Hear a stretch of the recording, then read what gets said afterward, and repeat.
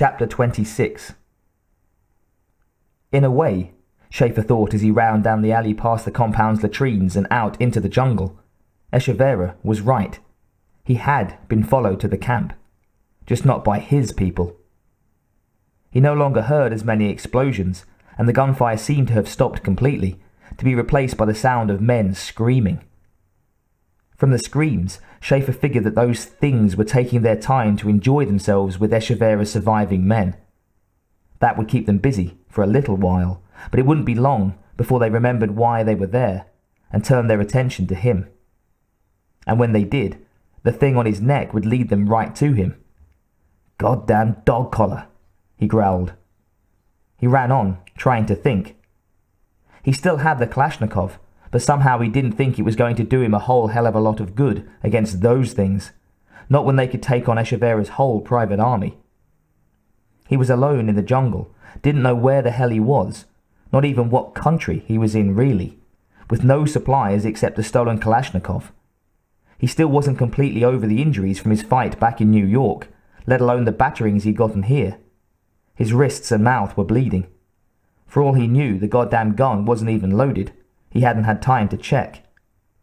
Half the drug dealers in Colombia might be after him by now. The fucking alien monsters were after him. And Phillips and his goddamn secret agents probably wanted Schaefer dead as well.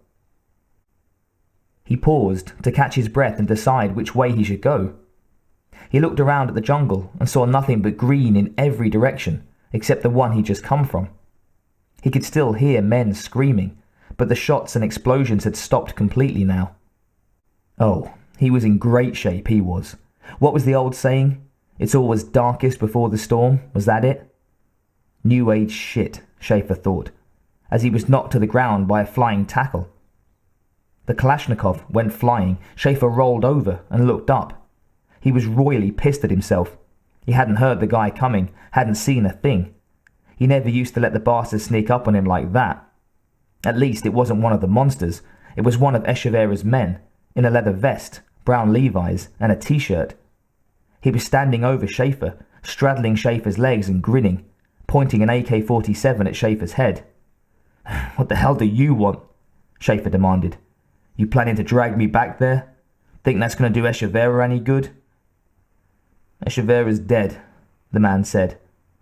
At least he spoke English, but then most of Echeverria's men seemed to. "You don't sound real upset," Schaefer said. "I'm not," the man said. "It means there's room for advancement. The Cali cartel will be seeking a new liaison for the Mangabe district. That's what Echeverria did after you drove him out of New York. And if I'm the one who brings them your head, Detective Schaefer, the choice will be obvious." "What about those things shooting up your camp?" Schaefer asked.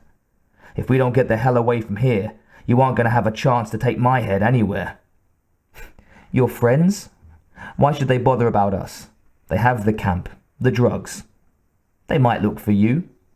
But come after us, into the jungle?" "They aren't my friends," Schaefer said. "Didn't you see what you were up against?" The pretty fireworks," the man said. "Yes, the authorities have brought more firepower than usual, but who else could it be? It's obvious." "You like that word, obvious," the man shrugged. "Speaking of the obvious," Schaefer said, "let me show you something." He brought his boot up in a sudden kick that would have done a rocket proud and caught the Colombian in the crotch. The man doubled over, and Schaefer swarmed up and landed a fist on his jaw, knocking him sprawling. Schaefer grabbed the AK-47 and tossed it away, then grabbed the Colombian up by his leather vest. "You seem a little unclear on the concept here, pal," Schaefer said. "Those things playing laser tag with your bodies don't give a shit about your stinking cocaine. They're not human, comprende?" "God to hell, you're lying." The man was still clutching at his crotch. "God damn it," Schaefer said, shaking him. "I'm telling you the truth." He dropped the man and stood over him. To the side, though, not where the Colombian could use Schaefer's own tactic against him. "Look, you son of a bitch, I'm tired. I'm sore, and I haven't had a decent cheeseburger since I left New York. So just don't push me, dig?" He turned away and picked up the Kalashnikov. Even before the other man spoke, Schaefer knew he'd done something stupid. He didn't know why he'd done it, exactly. Usually he had more sense than to turn his back on an enemy, no matter how beaten the enemy looked. Maybe, he thought, he just wasn't thinking straight, or maybe he was just so blown out he didn't care anymore. Whatever the reason, he turned his back on Echeverria's boy, and the Colombian had immediately rolled over and grabbed the AK-47. "Hey, pig!" he said, grinning, as he got to his feet and aimed the gun. Schaefer turned, knowing he'd done something stupid, knowing he was probably about to be shot, knowing he'd be lucky just to get off a few rounds himself before he got folded.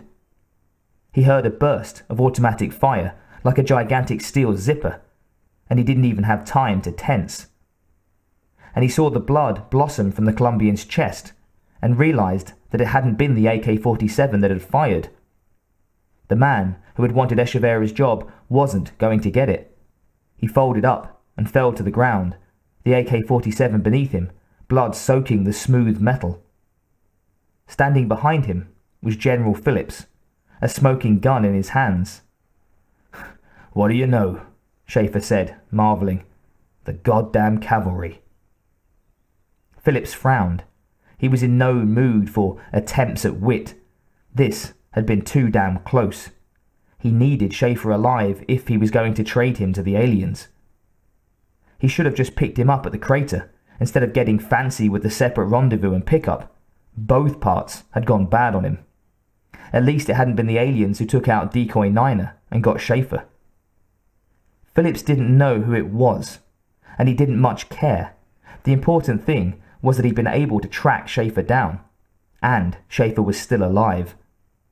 But the aliens were back there at the camp looking for Schaefer, and they could be along any minute. Hell, they could be all around right now with their damned invisibility screens. There was no time to waste on idle chit-chat. "You want to live?" he shouted at Schaefer.